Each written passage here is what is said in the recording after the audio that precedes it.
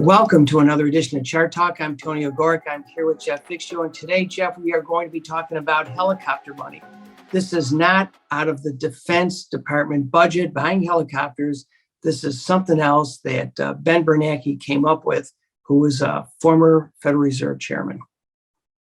Yeah, and the idea is perhaps the best way to save the economy. This was, he coined this during the Great Recession, was to give the money directly to the people and let them spend it rather than funnel it through, various government programs. And so the idea is you're in a helicopter just throwing dollar bills, 20s and 50s and hundreds, out the side of the helicopter. So this is an interesting chart. It looks at, some of that helicopter money that was going on after COVID. And the blue is it looks at the excess savings of households. So how much households are saving.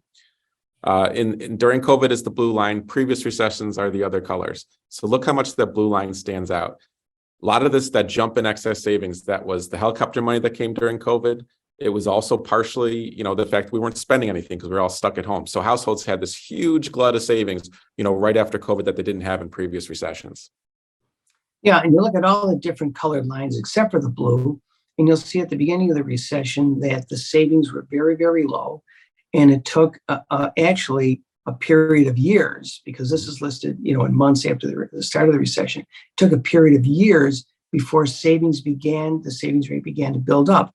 Well, what you've got going on now is exactly the opposite, where, we're at that 41-month juncture, and, it looks like the money's pretty much out of the picture. But we've got another chart that goes into just a little bit more detail on this.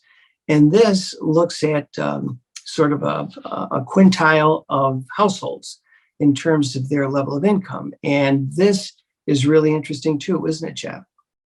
Yeah, so that huge glut of savings, now it's been spending down. And that's really what staved off the recession, is because you've had these consumers with all this savings and they're spending it, buying things. So it's kept us from recession, even though the Fed's brought up rates and maybe you thought it was coming. And now, but you look and say, well, how much more savings is left? And this just breaks it up by, the level of incomes. And the bottom 80% basically has spent all of it. So the bottom 80% of households have no more savings left. Only the top 20% have some savings left. But Tony, they spend a little differently, those top 20%. They do.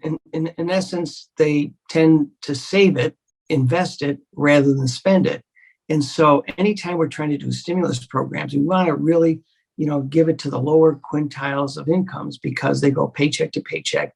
We give it to them, they inject it right into the economy because they're spending it. So, a lot of almost all of the push that we've gotten from that COVID spending, that's pretty much gone at this point. And Jeff, I might also add that we're beginning to start up with the college loan, repayment program again after 3 years, I think it was stalled. And that also is going to be taking money out of the economy. So really interesting graphs that we have here. So thank you, Jeff, and thank you for listening to this latest edition of Chart Talk.